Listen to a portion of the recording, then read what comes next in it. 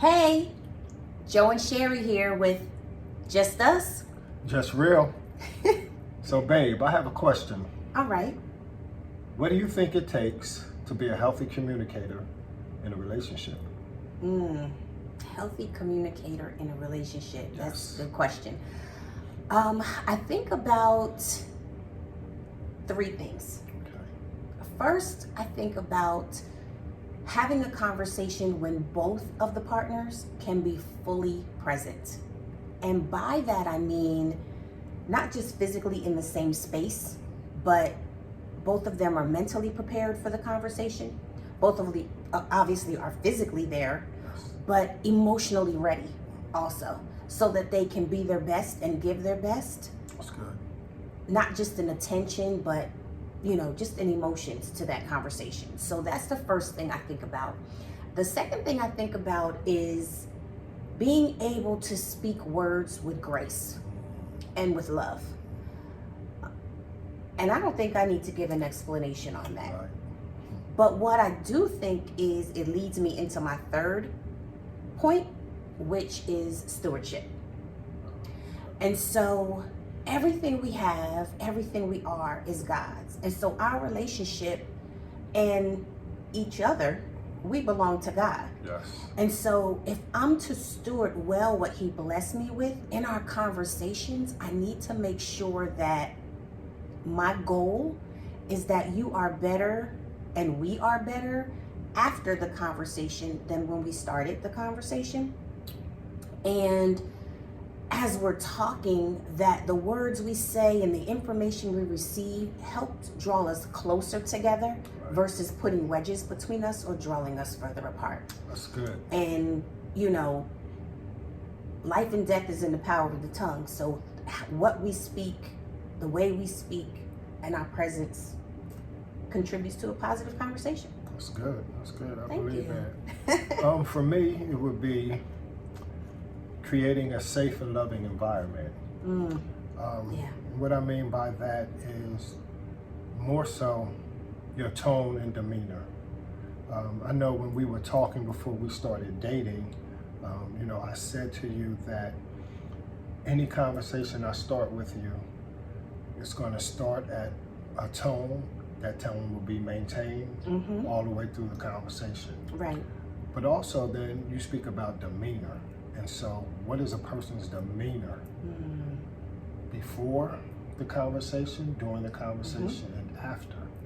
That's good. And I know for you, the tone part was very, very important because it let you know that you could be safe in your conversations. Right. And I'm not that type of dude that's like, I'm not an emotional dude that if a conversation going on, I'm not a 0 to 100 type % of dude. That's just not me.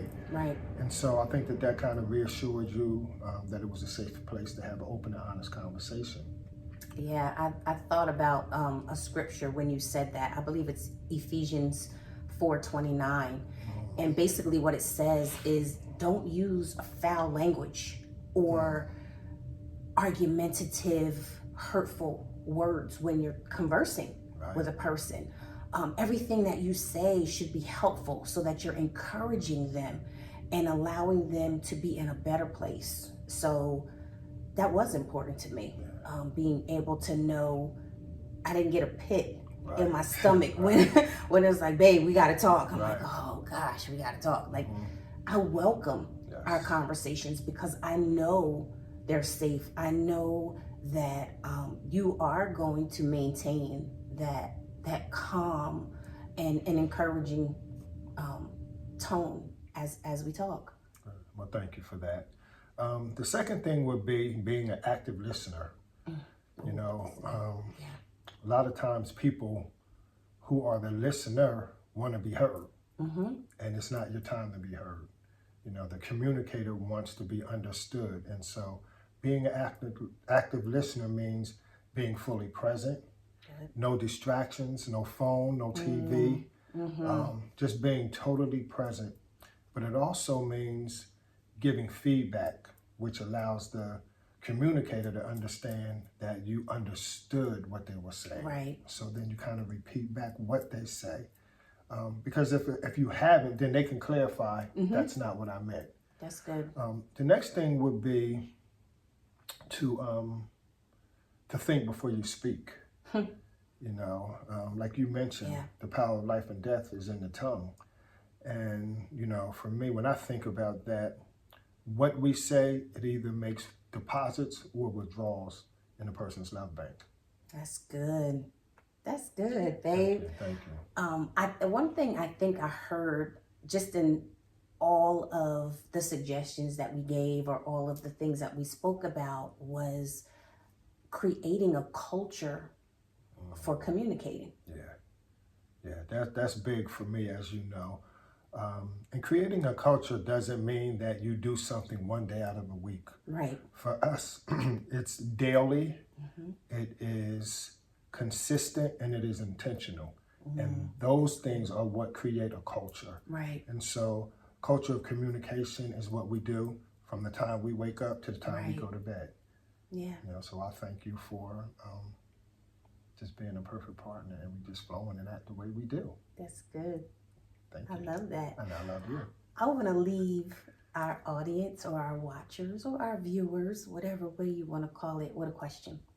What might that be? So I'm going to ask y'all, what culture of communication are you creating in your relationship? That's good. I want y'all to think about that. Think about it. All right.